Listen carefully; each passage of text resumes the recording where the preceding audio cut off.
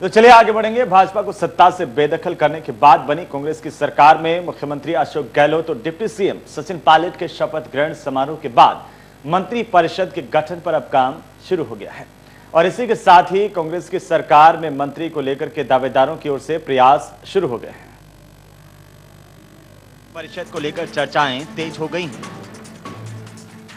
हालांकि सरकार में बनने वाले मंत्रियों को लेकर आधिकारिक तौर पर कोई बयान सामने नहीं आया है, लेकिन सूत्रों के माने तो अंदर खाने मंत्री परिषद में शामिल किए जाने वाले विधायकों के चयन की प्रक्रिया शुरू हो चुकी है। जानकारों का कहना है कि राजस्थान चुनाव के बाद नई सरकार में गहलोत के सीएम और पायलट के डिप्टी सीएम बनने के बाद साफ है कि मंत्री परिषद में भी दोनों नेताओं की आपसी सहमति के बाद विधायकों का चयन होगा। ऐसे में मंत्रियों के चयन के मामले में गहलोत और पायलट सरकार के गठन के बाद मंत्री परिषद में शामिल होने के लिए दावा करने वालों की लिस्ट लंबी है। उन्होंने बताया कि मंत्री परिषद में शामिल होने के लिए करीब 3 दर्जन दावेदार प्रयासरत हैं।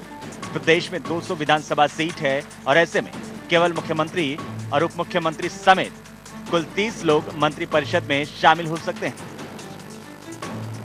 चलिए एक नजर डालते हैं अशोक गहलोत के मंत्री परिषद के संभावित दावेदारों पर। कोटा उत्तर से शांति धारीवाल,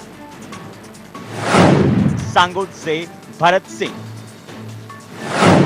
अंता से प्रमोद जैन भाया, झुंझुनू से ब्रिजेंद्र ओला, खेतड़ी से डॉक्टर जितेंद्र सिंह,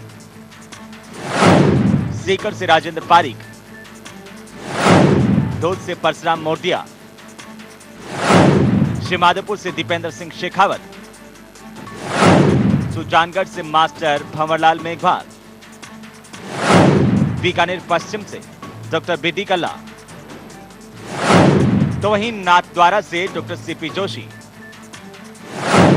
बागीदोरा से महेंद्रजीत सिंह मालवीय,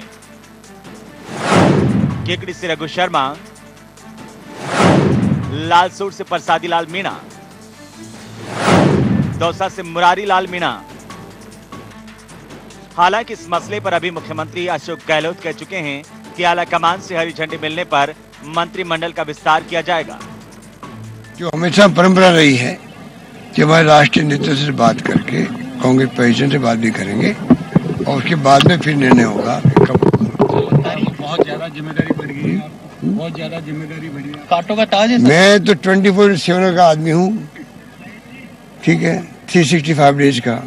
इसलिए मेरे लिए तो चाहे मैं कोई पद पे रहूं या पद पे नहीं रहूं, मैं लगातार जिंदगी मैंने ऐसे ही बिताई है, इसलिए मेरे को जिम्मेदारी बढ़ने की बात नहीं आती है।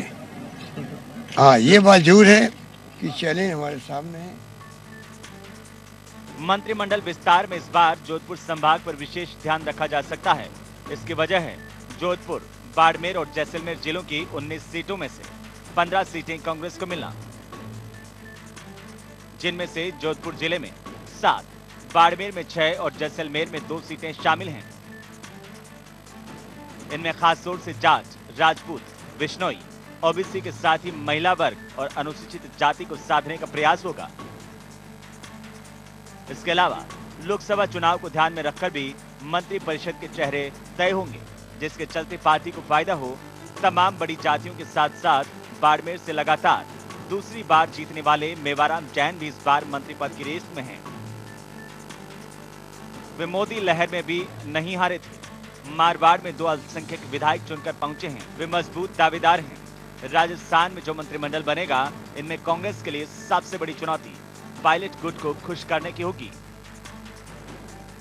क्योंकि उनके उप मुख्यमंत्री बनने के बाद वे अपने सहयोगियों को भी इसमें शामिल करवाने की पूरी कोशिश करेंगे। Manu Sharma, India news, Jaipur.